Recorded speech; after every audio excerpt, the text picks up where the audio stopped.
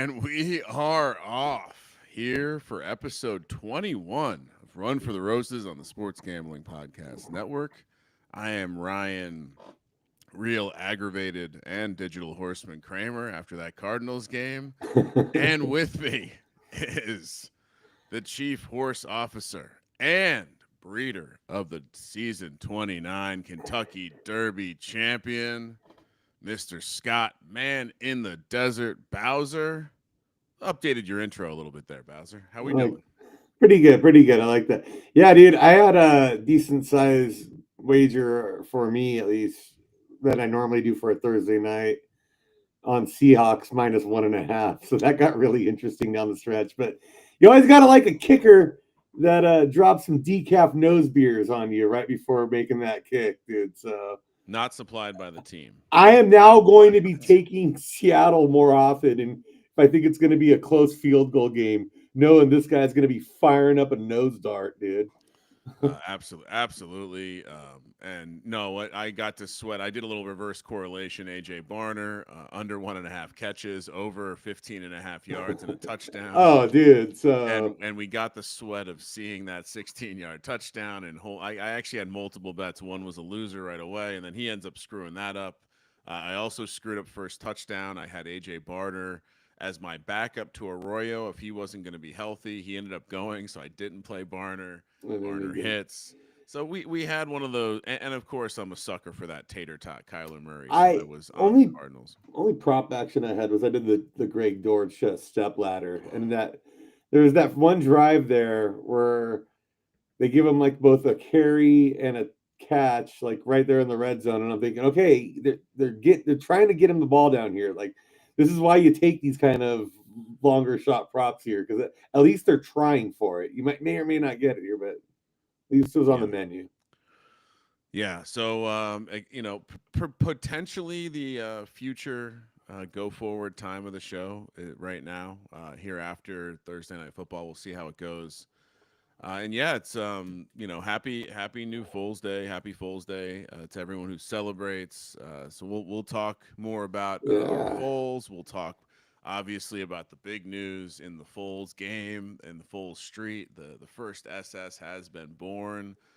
So we'll get into that. And since the 4-year-old High Court Classic happens after the Derby stream, you have not seen us since we won the season 32 High Court And Classic this stayer, baby. And I'll say this is a great example of why you keep running a horse that might disappoint in the Derby the way Roman surprised it.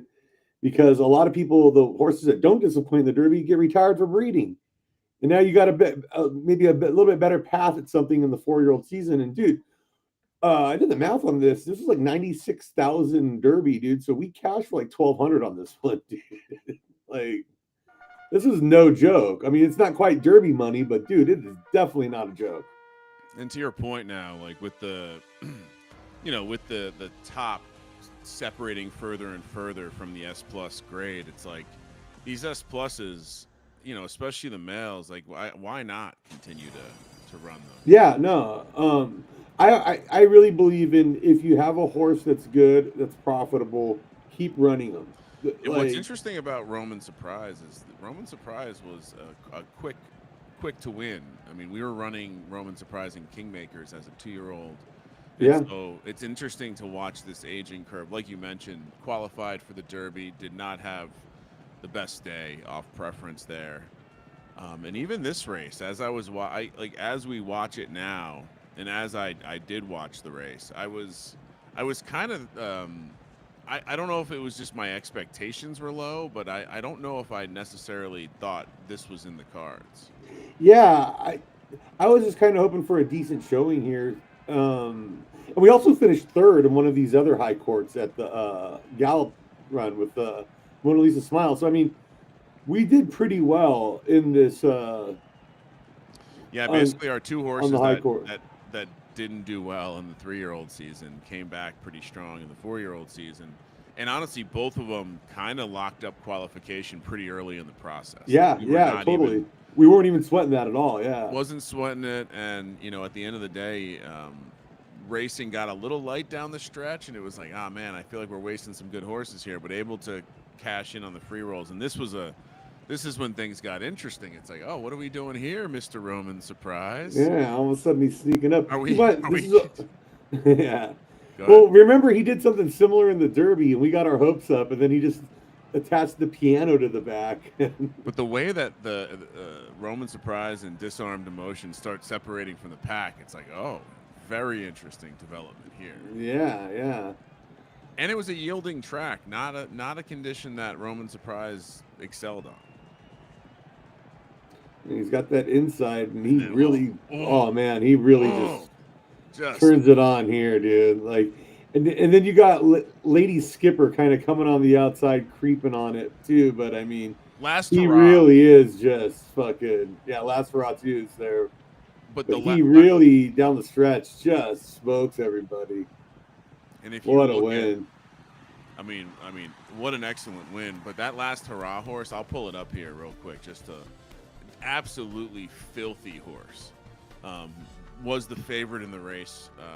That always looks beautiful. Here, I'll take a nice pause here so you can take a nice shot of our jockey and horse. Oh, look at Yeah, I believe that's our jockey Donnie DeVito. He's not even our top jockey. He's that.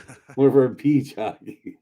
So I did see some discourse about the value of the high court. It does it count as a major? Nice 86 here, Roman Surprise. But you got to see this horse before we move on. I wouldn't say Does it's this count as a half major? okay. I thought about this. I wouldn't say it's a major, but we did now compete our personal little triple crown where we have a Derby championship. So one of the majors, we have a Baxus Cup, and now we have a high court. So we kind of have our own little triple crown here. That was nice. But look at this horse. I mean, this is just I mean, when you go back far enough, you can find some scuffs on the record. But my God, this was a dominant horse. I mean, look at this stretch here, just dominating the whole race, dominating even. So great, and now retired. And that's one hell of a reveal too, because And we just beat that. and I'll tell you what too, dude. If you look at that horse, um, it shows you that that temper, as much as we want that for consistency, that horse was pretty damn consistent without having elite temper. And so it shows you if you're just good enough at the other shit, it's gonna show up, man. Well, I mean, honestly, it's interesting. It doesn't have, it doesn't excel at heart either, because it kind of did show up in a lot of those races. So these traits must be pretty dang strong. I feel like that finish is probably closer to SS plus or something like Yeah, that, maybe, and yeah, like maybe there's something in there. Anyway, anyway, so shout out to us, and yeah. Bowser. Did we made a decision? Let me pull up Roman Surprise. We made the We are decision to keep running them. Yeah, we're gonna keep running. We haven't cashed in yet in the first couple And races, but he got a point in the first one there, and he barely got edged out for a point this next one. So yeah, we're working. 12 wasn't the best. and well, with the new changes now, we're breeding before was week 2 and week 3 of the season. We're on week 1 right now. With it switching to the weeks 3 and 4, we have a little more time to lock him in and decide here. And I really like that feature because even 4-year-olds, 5-year-olds, you really can kind of push it a little more into that, see where that aging curve's at. Because we've seen it now with other horses outside of our stable, but even with some of ours where it's almost like they get better as a 5-year-old in some cases. Well, I mean, early in the game, it was like, what if there was it's 2, 3, 4, 5, are your kind of your peak potential, and we're never running horses out to the 4 or 5 year old. We're obviously missing out. We've seen a lot of posts about claimers in the same kind of way, where like horses not hitting their stride until much further down the road. And so, yeah, I mean, certainly, I mean, especially with us kind of being at a place now where I know a lot of the top stables are having their tipping point moment with SS minuses. Well, we kind of had ours with, and maybe a good transition over to the Foals. We kind of had ours with S pluses this season. We really created a ton it feels like the first season where it's like we've officially like are starting to move on from S and below. Um, Although I think S horses still have a lot of value for us. But at this point they got to have like high subgrades and preferences. You know, yeah, and so and it's like some of those yeah, are still have some value for us because you do have to breed the S pluses and SS minuses with something, and sometimes you sacrifice a little bit of the preferences to get there. And so having but yeah, like I think S minuses we're pretty much done with now. yeah. So great transition, and maybe we start real before we look at our own. Let's quickly just give a shout out to Yeah, Sowers. our buddy Mike Sowers, Tombstone, had the first SS League of Their Own. Great name for it. It's got that Dallas Sucks coat, which we Oh, it's both beautiful. It's we beautiful. love.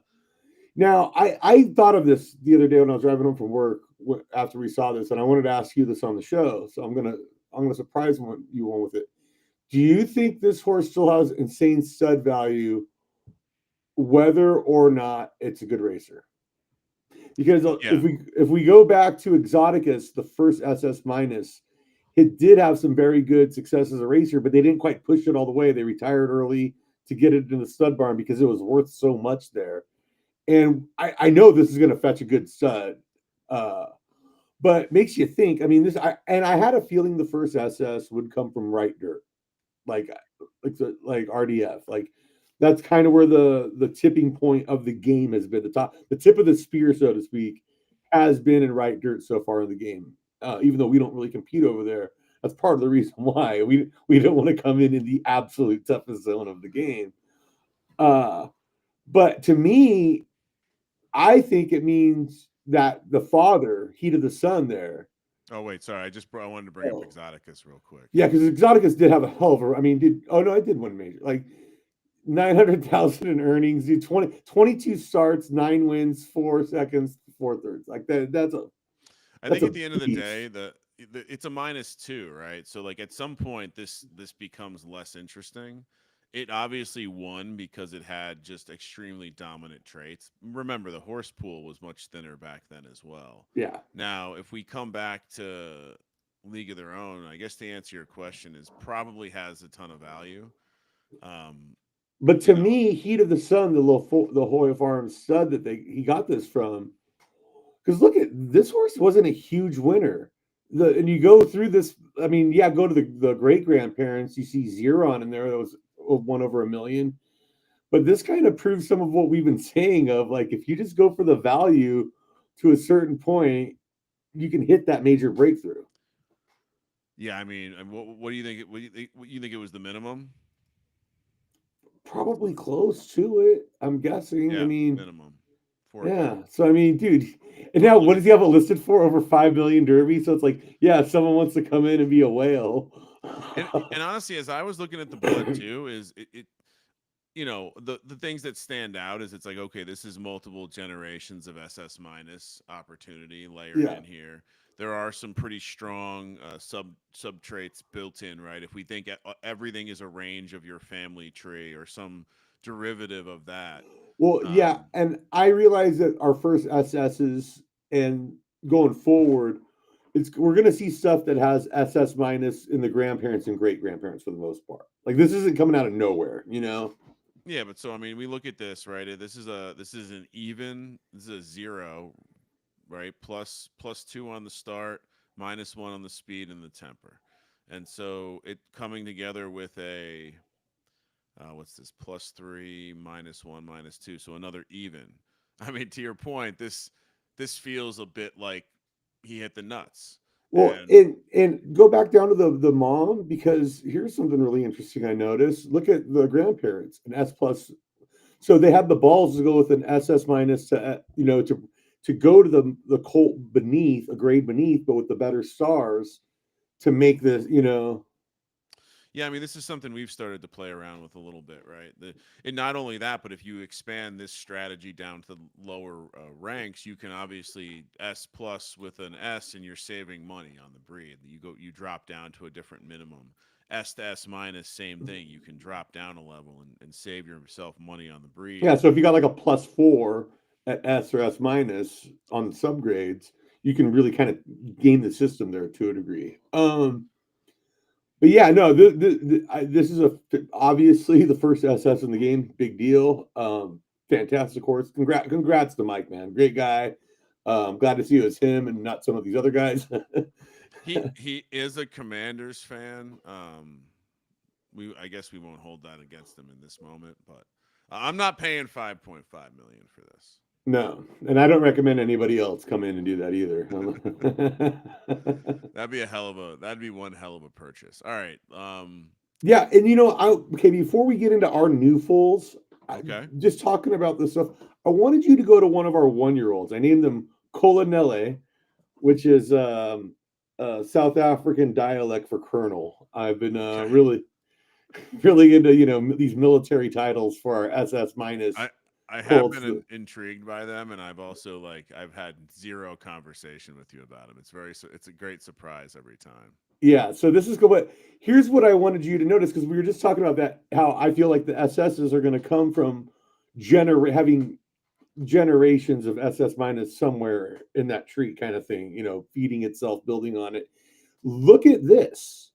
We got an SS minus here on a horse that completely organically from all S pluses and S's in the family tree.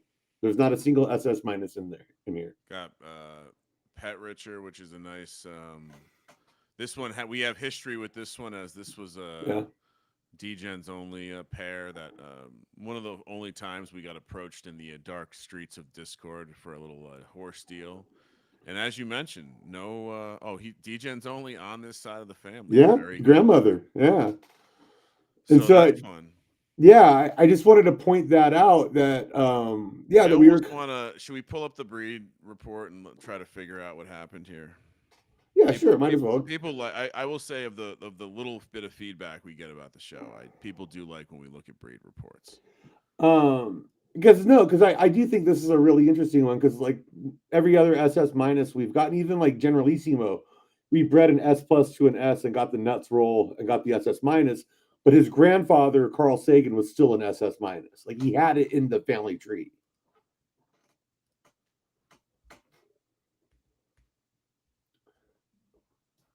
So I have a feeling we did higher on the temper first off, and we might have really lucked out on the heart here. Like this could be an extreme heart roll, like S triple S minus even.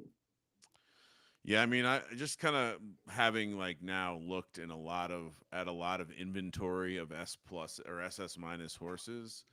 You can still have S traits, I think. So it is possible that this horse ends up not having temper, True. or those things rolled. I mean, we still had decent ceilings there, and they just rolled up closer to their ceiling. Because, if we got S plus, or let's say yeah, I mean, to your point, I mean, this is probably like going to be like I'm expecting always like a -2 with these SS minuses, and so I guess when you construct it that way, it's like, all right, what happened here? Something uprolled. Hopefully it's finish. Hopefully it's temper, and we have something that can compete. This could have this weird combination. This one really could have this weird of that speed, stamina, heart, and we'll see how Yeah, that plays. I mean the parents both had SS heart too. So to your point, we could just have a monster on our hands.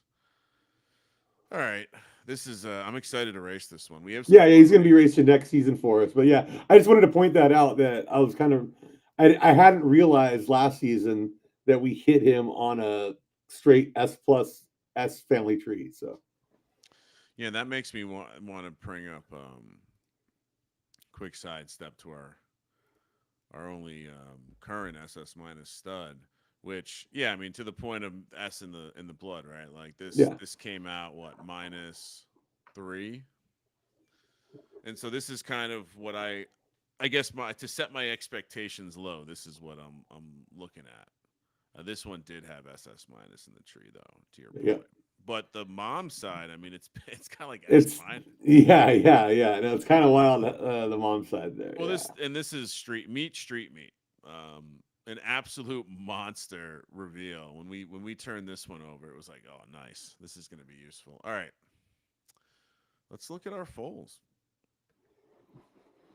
Very Yeah. we set the line at 2.5. We barely went under, but and I don't know if maybe we'll just pop the Hey, hook. dude, we've gone from 1 to 6 SS minus in our stable in the last like couple seasons, pretty much. So We're moving. Um, but I think the cool thing this season is we've got our first LDF filly, which we had been yeah, digging for a little bit. This is in house, so we Generalissimo, yeah, yep smash Generalissimo together with Swing On, which I believe this was a claimer, correct, Bowser? We plucked this out of the claim. No, we made this. no, Never I mind. read that. -110. Oh man, God, I love this bloodline too. Fazoletti. This is a very this is very Yeah, interesting, so yeah, with this talk us horse, through it. well, I mean, what we're seeing is what we call, what I like to call the accelerant or the level up gene of we're seeing it. I mean, obviously, Fudo Ball and Street Meat produced a fucking grand slam there with Generalissimo, and Generalissimo was a solid horse for us too. I don't like he wasn't like super dominant. I think the preference stars had something to do with that. But if you look at this horse's preference stars, they're not bad considering. Yeah, Like we got improvement based on maybe expectation. I mean, Swing On comes with decent, but even family tree wise, not the best. yeah, yeah. So I mean, but it's pretty cool when you can see like and I think I wanted to go to the other one because I think the other one was even more insane. But like, dude, yeah, there's S minus in the great grandparents there, and we go from S minus to SS minus in a couple generations there. That's a bloodline to keep an eye on. That's Yep. something you absolutely want to pay attention to. And I think part of that is what's going on with Generalissimo here.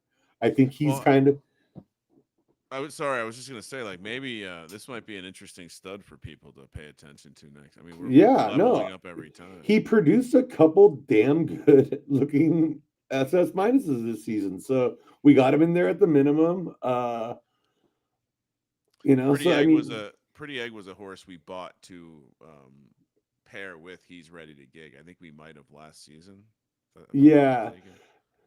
yeah. So yeah, a couple of those he's ready to get horses we bought. I noticed they were good for Generalissimo last season. I'm like, well, let's fucking do this. Let's shoot the Yeah, moon here. I mean, it just so a lot of pieces that we like in here. But yeah, I mean, great sign. And why don't we quickly pull up the because we did a number of Generalissimo breeds and um, they shook out pretty solid. Well, I mean, the ones I really am kind of excited for is the Pleasure Dome and Sapporo Dome. Pleasure Dome, of course, is the mom of He's Ready to Gig. And since He's Ready to Gig was produced with him and her and Charred Cybertruck, on this one, I was kind of like, well, what if we up the stakes with Generalissimo instead of Charred Cybertruck and see what we get? So I'm very excited for this foal right here, like this. And so yeah, And which we real quick, yeah, just you'll like this. This is an update that you probably haven't received from me at least. Um, our new no his beers, our new foal sister of the champ that just hit the track is off to a half decent start with yeah, not a bad, few not second bad. places there. All right, let's get back into our deep. Well, and then the Sapporo Dome foal is Pleasure Dome's daughter, but with Samurai. So we basically kind of did a similar version of the with I'm getting there. Sorry. yeah,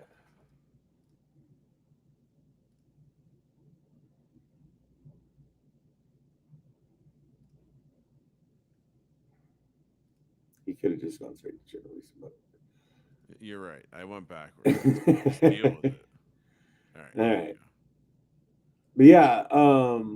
Oh, no, look this at is just this. really interesting because this horse has a pretty good breed profile for an S horse there. Yeah. And especially with 8 stars. So I was excited to get a solid S plus out of this one here. Yeah. So I'll go back to our stable. So yeah, first off, yeah, and getting the two SS minuses extra fun. That was And last season. oh, what are we looking at? 1 You're at years. 1 year olds, yeah. Um, So yeah, last 2 seasons we've been able to hit it twice. But go to those 1-year-olds again, because look at how many, go down and see how many S pluses there. Because look, there's a decent number of S pluses. Yeah, so basically But if we do dude, both, our 0-year-olds, man, we really killed it with the S pluses. let's see what the answer is. So 26 S pluses in the 1-year-olds, and then in the 0-year-olds, I believe that number is now 38. Yeah, 38. So that's a pretty nice increase, Yeah. considering we bred the same amount of horses. Well, and what we're starting to see too is when we first started producing a decent amount of S pluses, a handful here and there, we're now seeing their grandkids, and so that's part of the reason why we're getting much stronger up here. We're also like a lot of this too, which it kind of just blends in. But if we isolate to the turf stuff, I mean, this is excellent. Like we're really increasing the population of S pluses on our turf side. Yeah, I mean, hey, all the big dogs in the left turf world, we're coming for you guys. Like that's something I've really been trying to put some effort into. I just keep seeing Lacey buy up these horses. Like she bought another one, just buying up all these SS I know, minus. and what we should be doing is paying attention to what she's putting up for claimers. Yeah, I will say football season has taken me a little bit away from from looking at the claimer streets, which and I figured we would want to at least mention this game. Yeah, no, we got another left turf firm there. We got one last season too, right? But was it an S plus? No, I don't think so. Yeah. No, yeah, no, it was. Let's pull it up. Let's verify our data. But yeah, I'm very excited for this one too. Oh, you're right. So we have two female. We have two filly. So hopefully someone's built a stud we can use. But I was really excited to get the on the 0-year-old. Go back to that one because I was pumped for that one big time. Because we're starting to get this left turf firm wing going here, and that's very nice. But Vanguard Jazz, just love how we were able to go to dude. It's only I know, but well, look at that. He's got S minus speed, S finish, S temper, but still hits SS minus because of that heart. How does that even work? Well, he's got double S plus start too. I mean, we got to look at this breed. We got to show everyone this breed report. Yeah. I mean, it's insane. Hopefully, we got decent speed here. Yeah, we hit this. We hit a little bit of an up roll on the speed, and this is a fun horse. And I think that's the other thing too is even when I'm over there racing, I don't even think about firm conditions because it's like there's no good horses over on that side anyway. It doesn't matter. So if you can come with a horse that has a little bit of preference bias, like that's going to be. You're gonna win some races. I think we can, have a little bit of a fucking edge over there. Maybe I don't know. Wait, what? How did this horse come into our? Failer Swift. Was this a loaner or did we? Nah, that was one of those cheap ones I bought just because when I was obsessed with all right, we need just better. We need horses that are just better than what we have in left turf right now to start breeding. Nice. And that was one of them. And so, nice. Right. But yeah, dude, with this one, I can't believe we got the full firm star though. Because if you look, that's a fucking very nice up roll for us. Well, I mean, look at it. Could have gone all the way to 1.5 somehow. That's pretty amazing. Yeah. So. All right, let's head back over into the stage. Pretty cool. We're building. Hey, dude, because if she produces us some LTF SS minuses, those are gonna have great stud value. I hope so. We haven't sold a ton of he's ready to gig covers. People are missing out. There's been a couple though, so we're not. We did sell a few last season, and we did kind of set him too high in the first season, but I did lower the price a little, so he's in there at $5K right now, guys. So get in on that. Let's see. Any other of our new foals you wanted to? The backdoor cover one, that's a second straight S plus. Remember how it was so hard for her to produce S pluses for us for a while? And now she's just been cranking them out. I think part of that is we're getting a better quality of stud and more variety for her. Because remember, at first, there just wasn't many matches for her in the game. And now we're seeing that. But, dude, we got the LT0 on the preference. So this horse could potentially play into our LTF plans. Just Yeah, I mean, blank stars and on left turf land with this much. This is a nice. This is nice because I don't care. Like I'm probably setting my filter to like max 80% rain. Everything else is in play, which is nice to have that kind of window. And to your point, like on her hitting her stride, breeding wise, um, I just want to pull up the mom. This was our first like kind of, would you say, premier left turf horse? yeah. That was the Um, first non like S minus. I mean, the first turf horse he had was Mr. Lee, who was an A. You know, this he started so racing sort bought him of like season 9, I would think it was when I bought him. It was a full. so over time you see like S minuses into S's. And go to those S minuses too, by the way, because they were all pretty good racers for the most part. Reverse jinx was Foxwoods, reverse jinx, yeah, this was the like one because you have this S plus start and stamina. I mean, crazy that it was doing well in shorter races. Um, but yeah, I mean, all of them kind of some level of some success on the track, then a little bit of a drought, but then we pop out a couple S pluses that did nothing for us on the track. But well, I'm and sure we. Bold Thunder right now is our best left turf stud that we I have. was gonna say, but these have really upgraded our breeding in house, and then as you can see, not much to write home about. Although great name, 6 Point Tees, but we're back to popping out a couple S pluses. So Yeah. And with getting that left turf firm one, yeah, I the mean fact that our left turf firm horses now both come from different moms. The ones that's that the huge. two females we got, yeah, because now their kids are going to be able to, like, we're going to be able to get our own in-house left turf firm line kind of thing going. So very So excited for that. this is a full of key to the wire. Is a This was a gift from Absolute, I believe. Yeah, Sten threw that one to us. Yeah. Yeah, I mean, speaking of Lacey as well. But yeah, this also certainly helped out our breeding operation, and yeah, I'm pretty sure we've only gotten yeah 2S. So this is we're producing now. Syndicate Darling's a great name too. It is very good name. Uh, let's see. We should probably talk about local hustler was the surprise reveal, right? Yeah, that was a surprise reveal. Let's, this was Um, one that didn't do too much on the track, but when we popped it open, it was flat S pluses with SS finish and SS minus heart, which, as you know, this is just beautiful derby shape right here. well, it's funny too is if you were to put a gun to my head last season, ask which one were we most likely to SS minus on, this was the horse This I was it, thought. yeah, Yeah. yeah.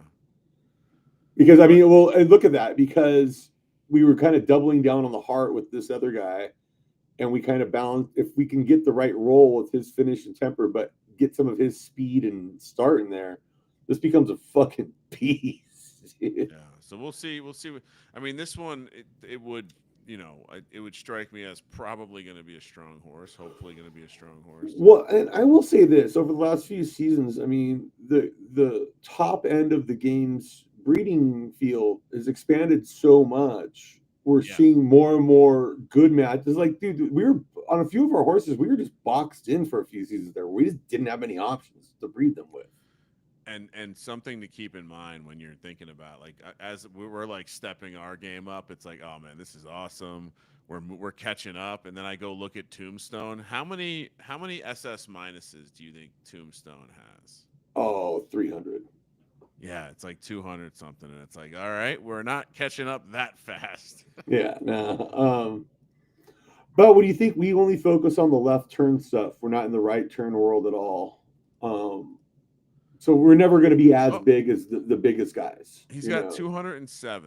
207 SS minuses. Wow. Ah All man. right.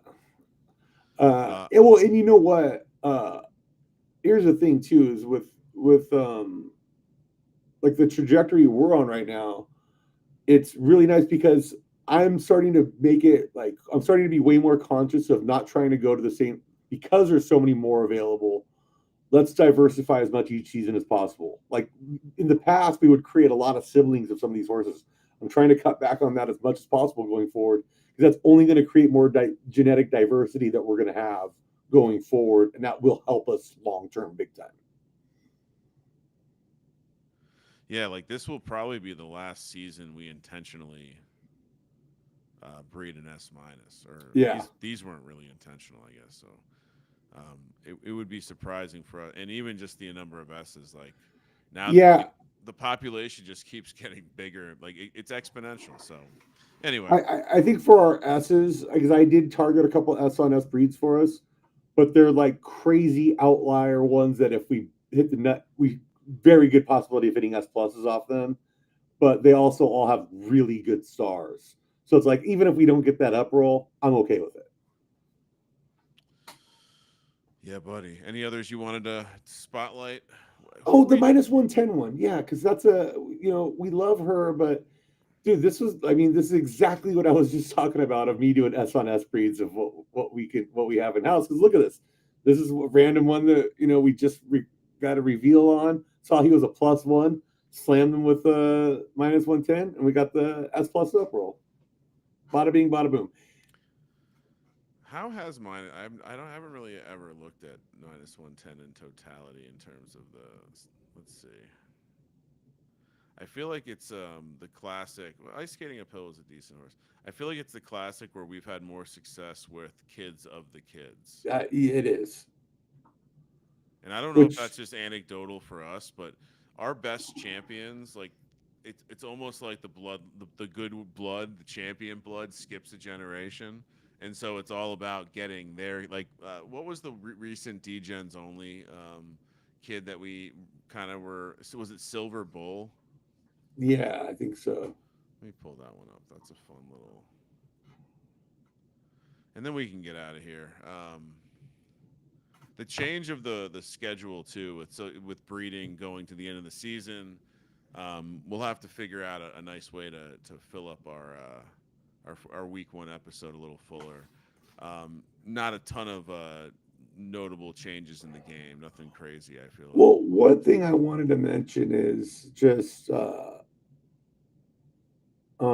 we are going to be getting that Google form together to for people that want to do breed deals with us and stuff to make it a lot easier and streamline the process and stuff. So Yeah, we'll have that ready this season. yeah, Promise. hopefully I want to have that ready or I want to have I'll get all the nuts and bolts for it together by the end of this weekend. That's kind of my goal. Bowser, how much of a bankroll do you need for this? Start with what you're willing to lose. You really don't need much of one at first.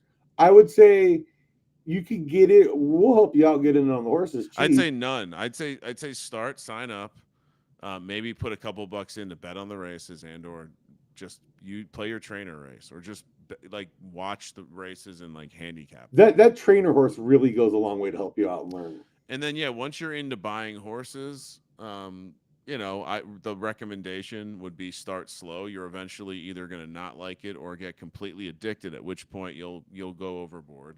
So start small, maybe a couple horses. And Once you feel good about the racing and understanding the game, then maybe a couple horses to run, um, and go from there. And who knows? Maybe we have a couple low end or lower class. Not that sounds bad. Lower grade horses that we could lend out for racing. yeah, with great bloodlines and everything, that just we're not doing as much stuff down there.